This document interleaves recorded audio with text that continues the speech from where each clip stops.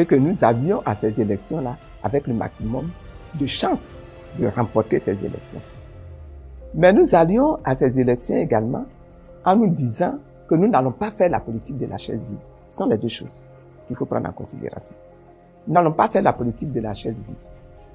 Nous avons commencé donc par mettre sur la table les réformes que nous souhaitions. Nous avons invité le gouvernement, qui est le seul organe capable de convoquer, n'est-ce pas, des rencontres pour traiter de ces réformes-là. Mais le gouvernement a refusé de s'asseoir, de convoquer ces rencontres et de s'asseoir avec les partis, avec les organisations de la société civile pour traiter les points de réforme. Est-ce que pour autant nous allons dire que comme le gouvernement a refusé, alors laissons-lui la place, il n'a qu'à tout seul aller aux élections, se rétablir comme successeur de sa propre gouvernance? Nous disons que non.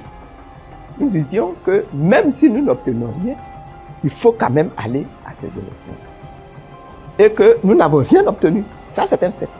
Nous n'avons absolument rien obtenu. Ça va rendre ces élections difficiles. Et c'est pour cela que nous demandons que le peuple, qui est le vrai décideur dans cette affaire-là, c'est lui qui sanctionne dans cette affaire-là. Nous disons qu'aujourd'hui, peuple, venez vous-même, levez-vous et venez donner votre verdict. Voilà. Donc nous irons à ces élections. Et nous en appelons au peuple pour qu'il vienne lui-même assumer sa propre responsabilité dans la transformation de notre société et dans les résultats qui vont venir.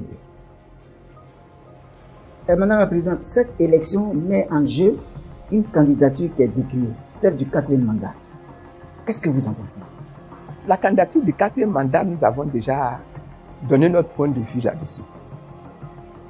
Lorsque nous avons organisé notre meeting de la CAP Côte d'Ivoire, nous avons déjà indiqué que pour nous, le 4e mandat n'est pas bienvenu, de la même manière que le 3e mandat était anticonstitutionnel. Mais aujourd'hui, cette question est devenue une question d'ordre politique, qui n'est plus seulement une question d'ordre juridique. Parce qu'en réalité, en 2020, le Conseil constitutionnel a statué sur cette question et a décidé de retenir la candidature de M. Ouattara comme candidat acceptable. Et donc le Conseil constitutionnel avait déjà donné sa réponse